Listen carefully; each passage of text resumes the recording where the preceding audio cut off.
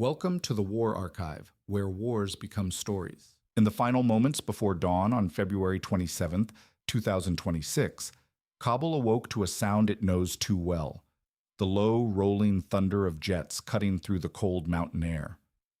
Seconds later, the first explosion struck. Windows trembled. Power flickered across districts on the edge of the capital. Columns of smoke climbed slowly into the pale blue horizon. But this time, the aircraft did not belong to a distant superpower. They had not crossed oceans to arrive here. The planes roaring above Kabul had taken off from bases just across the border, in Pakistan. Within minutes, multiple military sites were hit. Pakistani officials would later describe the strikes as precise and necessary, targeting command facilities linked to an overnight assault on Pakistani soil. The message was delivered not through diplomacy, but through blast waves. Retaliation would be swift, and it would not stop at the frontier. Only hours earlier, Afghan Taliban forces had crossed the Durand Line in coordinated attacks against Pakistani outposts. Islamabad called it aggression. Kabul called it defense. Both sides claimed justification. By sunrise, both were using a word that had not echoed so openly in years: war. How did two neighboring states, bound by history, trade, tribal ties, and decades of uneasy coexistence, reach the point where fighter jets once again bombed Kabul? To understand that, we have to move away from the capital and toward a line on the map that has never truly behaved like a border at all. The conflict did not begin in the sky above Kabul. It began more than a century ago, when British officials and Afghan rulers drew a line across rugged mountains and tribal lands in 1893. The Durand Line was meant to separate spheres of influence. Instead, it split families, villages, and centuries-old trade routes in two. For Pakistan, the line is an internationally recognized border. For successive Afghan governments, including the Taliban, its legitimacy has always been disputed. But on the ground, the argument over maps matters less than the reality of movement.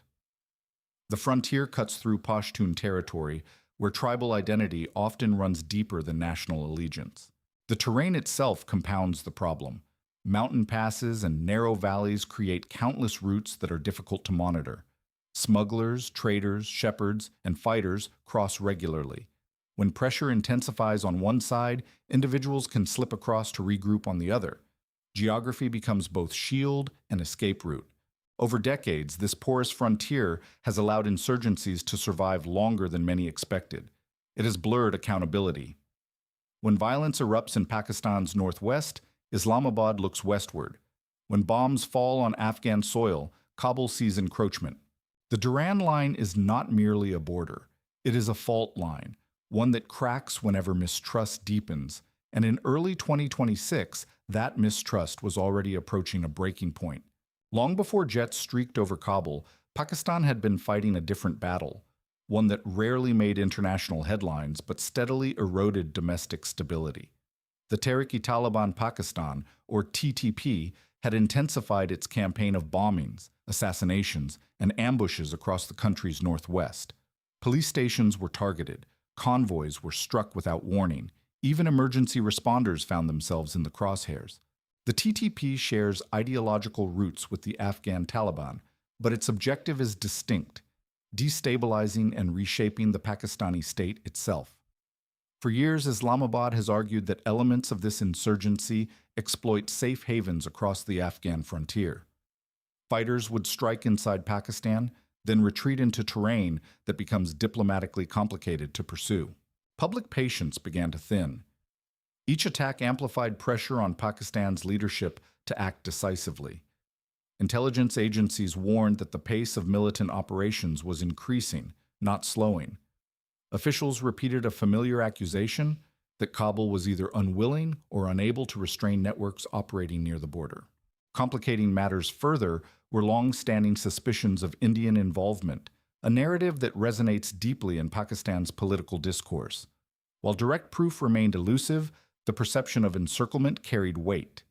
In Islamabad's view, the country was facing not just sporadic insurgency, but coordinated destabilization. By early 2026, the calculus inside Pakistan had shifted. Containment no longer felt sufficient.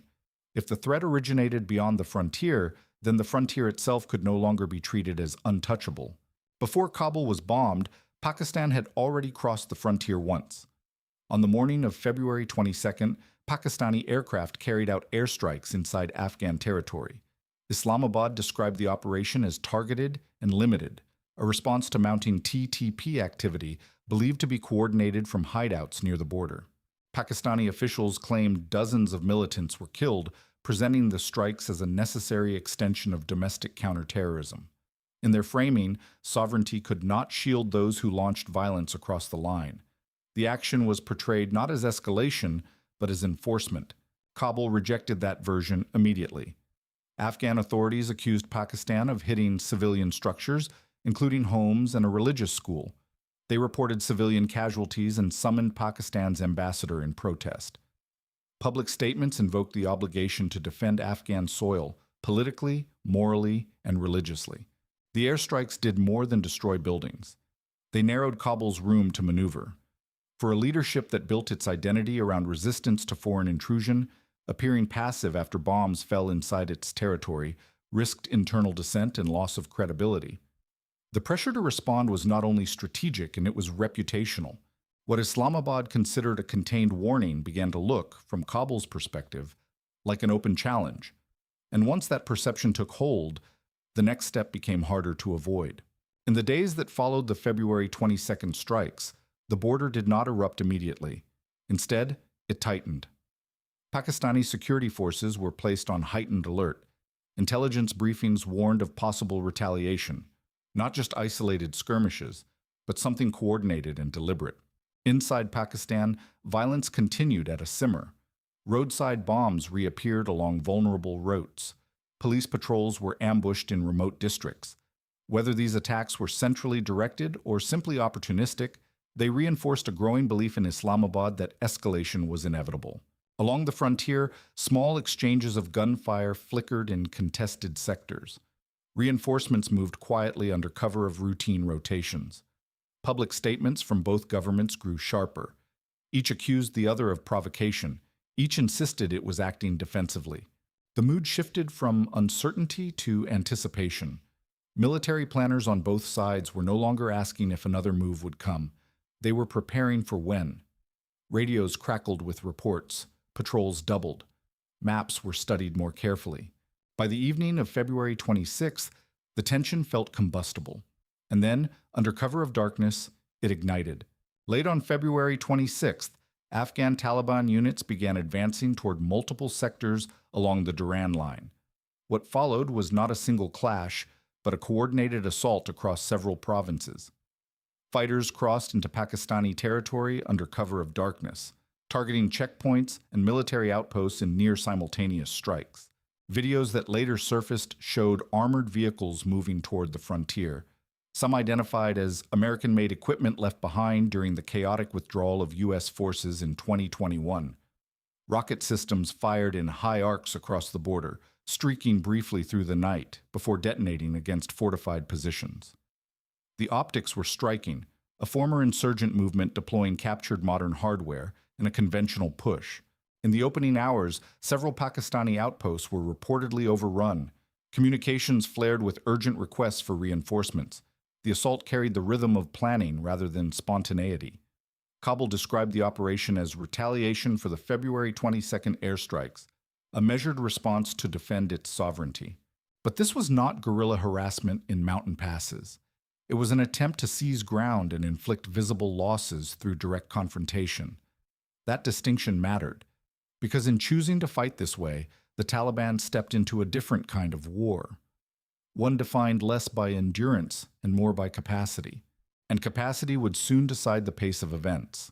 For decades, Afghanistan's battlefield advantage has rested on asymmetry, mobility, terrain familiarity, decentralized resistance. Foreign forces that attempted to impose control found themselves stretched thin, worn down by an opponent that did not fight on predictable terms. But the February 26th offensive did not follow that pattern. By advancing in visible formations and employing captured armored vehicles and heavy rockets, the Taliban signaled a shift toward conventional confrontation. Surprise can generate early gains, but sustaining them requires supply chains, coordinated air defense, and integrated command structures. Those are strengths typically associated with established state militaries. Pakistan's armed forces, while not a global superpower, possess structured command, artillery coordination, and a capable air force. They train for both counterinsurgency and conventional engagement. When Afghan units crossed the frontier en masse, they entered a battle space where firepower and response time would determine outcomes. The decision may have been driven by political necessity, a need to demonstrate resolve after the February 22nd strikes. It may have been based on the belief that rapid shock would deter further escalation, but conventional warfare rewards depth and logistics more than symbolism. Within hours, the disparity began to show. Afghan fighters faced organized counterfire and rapid mobilization. What began as a bold assertion risked becoming a misalignment between method and capability, a war fought on the wrong terms. Pakistan's response was swift and layered. In sectors where Afghan fighters had seized or threatened outposts, Pakistani units regrouped and launched coordinated counterattacks. Artillery batteries opened across the frontier, striking advancing columns and suspected staging points. Reinforcements moved quickly to stabilize vulnerable crossings. Then air power entered decisively. Pakistani jets conducted strikes against concentrations of Afghan forces, targeting supply vehicles and rocket positions identified near the border. The shift was immediate. What had begun as a cross-border thrust now unfolded under sustained aerial pressure. Beyond the physical battlefield, a digital one emerged. Reports indicated disruptions to Afghan military communications, suggesting cyber measures aimed at degrading coordination. In modern conflict, severing lines of command can be as impactful as destroying equipment. Units operating with limited communication are forced into reactive posture. Casualty figures circulated rapidly, with each side presenting its own account of losses and gains. Verification remained difficult amid the fog of war. But one element was clear. The initiative had changed hands. Pakistan had absorbed the initial shock and converted it into momentum. And that momentum did not stop at the border. In the early hours of February 27th, Pakistani aircraft shifted focus beyond the frontier. Strikes were carried out against military installations in and around Kabul. Large compounds believed to house command centers and ammunition depots were hit in rapid succession, sending tremors through the capital. The impact was not only tactical, but symbolic.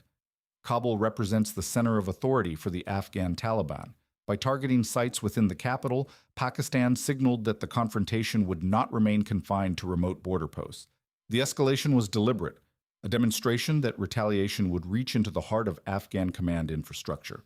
Additional strikes were reported near Kandahar, a city closely associated with the Taliban's origins. Pakistani officials stated that command facilities and logistical hubs were damaged. Afghan authorities disputed the scale of destruction, while unverified images circulated online claiming counterstrikes and aircraft losses. Information traveled quickly, confirmation lagged behind. Regardless of competing narratives, the psychological effect was significant. What Kabul had framed as defensive retaliation had invited direct strikes on its central military assets. The threshold had shifted from frontier confrontation to capital vulnerability.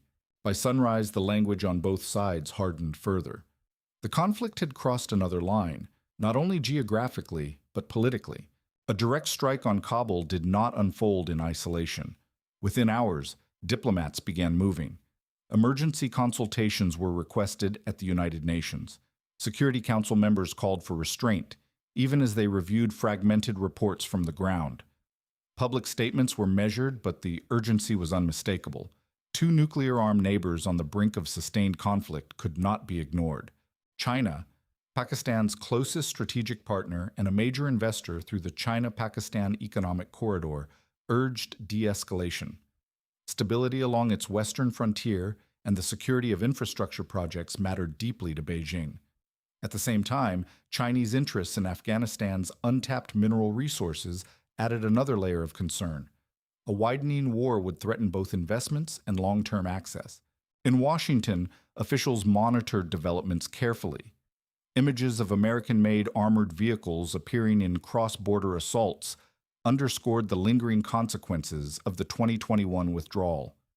The United States publicly called for calm, wary of being drawn back into a region it had only recently exited. India, named repeatedly in Pakistani accusations, rejected any role and watched events unfold with caution. For New Delhi, instability between its two neighbors carried both risk and strategic calculation. A prolonged clash could shift regional alignments in unpredictable ways. The confrontation, once framed as a border dispute, now radiated outward. Markets reacted, energy routes were reassessed, diplomats sought channels to prevent further escalation. What had begun in mountain passes was now a matter of global attention. Beyond the battlefield and the diplomatic chambers, another constraint loomed: economics. Neither Pakistan nor Afghanistan entered this confrontation from a position of financial strength.